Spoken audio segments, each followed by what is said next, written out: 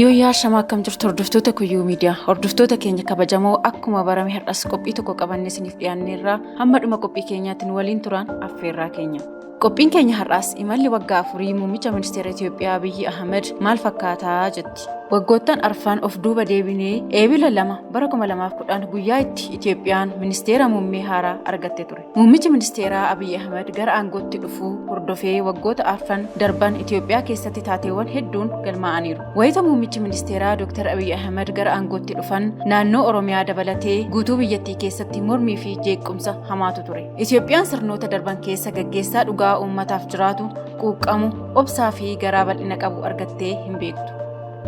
Dr. Abiyyi Ahmed garuu kennaa Rabbi irraa biyyattiin argatteedha. Kanaaf uummanni hundi dargaggoonni, hayyoonni fi hooggantoonni paartilee siyaasaa marti rakkoolee nageenyaa uumamaa jiran furuuf qooda isaanii bahachuun muummee keenya deeggaruu qabu. Biyyattii keessatti jijjiiramni osoo hin dhufiin dura rakkooleen nageenyaa sadarkaa yaaddessaa irra gahee ture. Dr. Abiyyi Ahmedis akkuma ministeera muummee ta'anii muudamaniin naannolee adda addaarra deemanii uummata wajjin mari'achaa waan turaniif maddi rakkoo nageenyaa uummataa eessa akka ta'e akka hubatan taasiseera. Kun immoo gaaffilee uummataaf salphaatti deebii akka kennan kan gargaare waan ta'eef abdii hawaasni mootummaa irratti qabu kan guddisee ture. Qabsoon uummata Oromoo fi uummattoonni Itoophiyaa marti wal gargaaranii taasisaniin hooggansi bilchaataan humna jijjiiramaan durfame bara 2010tti boqonnaa ce'umsaa biyyattii keenyaa keessatti mirkaneessee jira.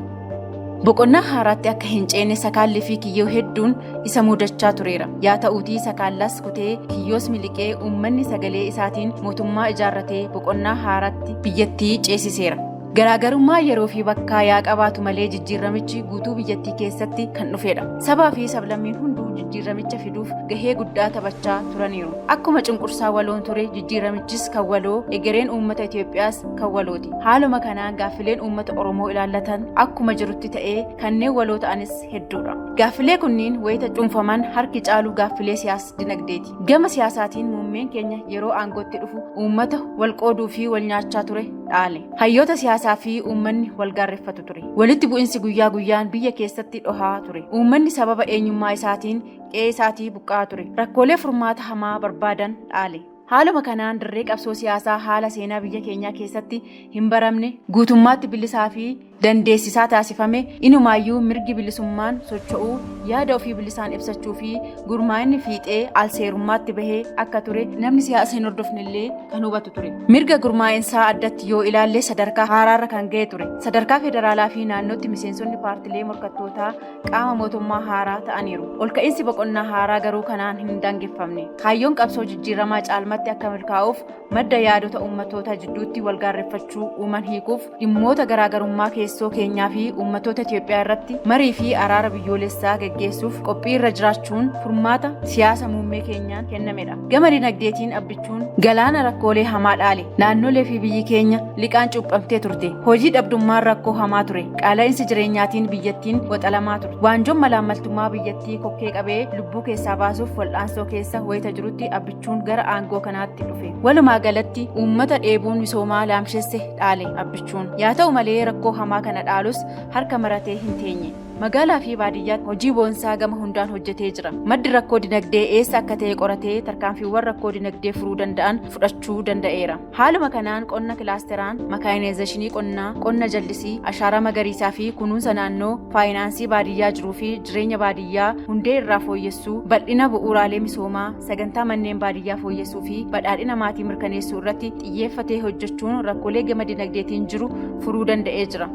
Waggoottan arfan darban kana keessa hojiilee hojjetamaniin milkaa'inni gama maraan argameera. Keessattuu jijjiiramni gama qonnaa, barnootaa, fayyaa, daandii uwwisuu, bishaan qulqulluu fi sassaabbii galii dinagdee naannoo Oromiyaa fi biyya utubuu keessatti bakka olaanaa qaba ture. Jijjiiramni galmaa'e kun rakkoolee hamaa keessa teenyee akka ta'e hubachuun gaarummaa qabaata. Rakkoolee nu danqaa turanii fi ammallee nurraa hin cinne muraasa isaanii yoo ilaallu sadarkaa tokkoffaatti balaa uumamaa bakka adda addaatti nu qunnamaa ture qormaata hamaa keessa biyyattii galcheera. Itti aansee shira murni qabsoo uummataatiin ari'amee fi ergamtoonni isaa alaa fi keessaa guyyaa guyyaan uummataa fi hooggansa irratti xaxaa oolan waliin wal'aansoo cimaa keessa osoo jirruuti kan hojiileen kun hundi hojjetaman. Dhibeen koovidiis qormaata fayyaa qofaa hin turre. Dinagdee biyyaa hamaatti laamshessee ture. Sana irra darbee yeroo filannoo dheeressuun seera qabeessummaa mootummaa gaaffii keessa galchuun namoota biyya diiguuf qophaa'aniif haala mijuu uumuu danda'ee ture. Kunuu jijjiirama galmaan ga'uuf tattaaffii ture. Danquu keessatti bakka guddaa qaba ture.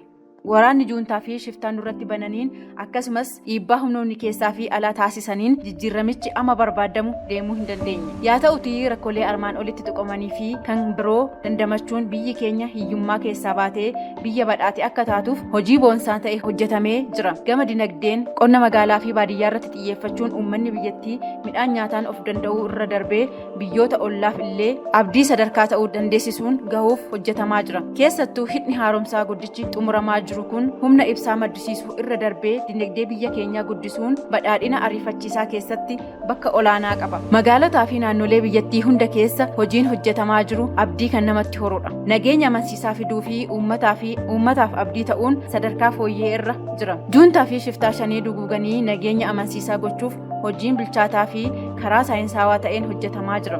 Walitti bu'iinsa bakkaa bakkatti uumamu karaa nagaan hiikuuf araara biyyoolessaa fi waliigaltee biyyoolessaa uumuuf hojiin hojjetamu dhaloota boruuf abdii guddaadha. Walumaa galatti jijjiirama kana rakkoo keessa taa'eeti abbichuun kan fide. Rakkoolee hafanis adeemsaan ni hiikkatu. Biyyi keenya ni badhaati. Hiyyummaan seenaa ni ta'a. Abbichuun gaara hiyyummaa diigee rakkoo fi gadadoo keessaa nu baasee imala gara badhaadhinaa nuuf mijeessa. Abbichuu waliin fuuldurri keenya ifa. Waan nu dhaggeeffattaniif galatoomaa. Hanga qophii biroon walitti deebinutti nagaan nuuf turaa isiniin jechaa Kuyyuu Miidiyaa laayik, sheer, sabskiraayib gochuun dagatinaan dhaamsa keenya.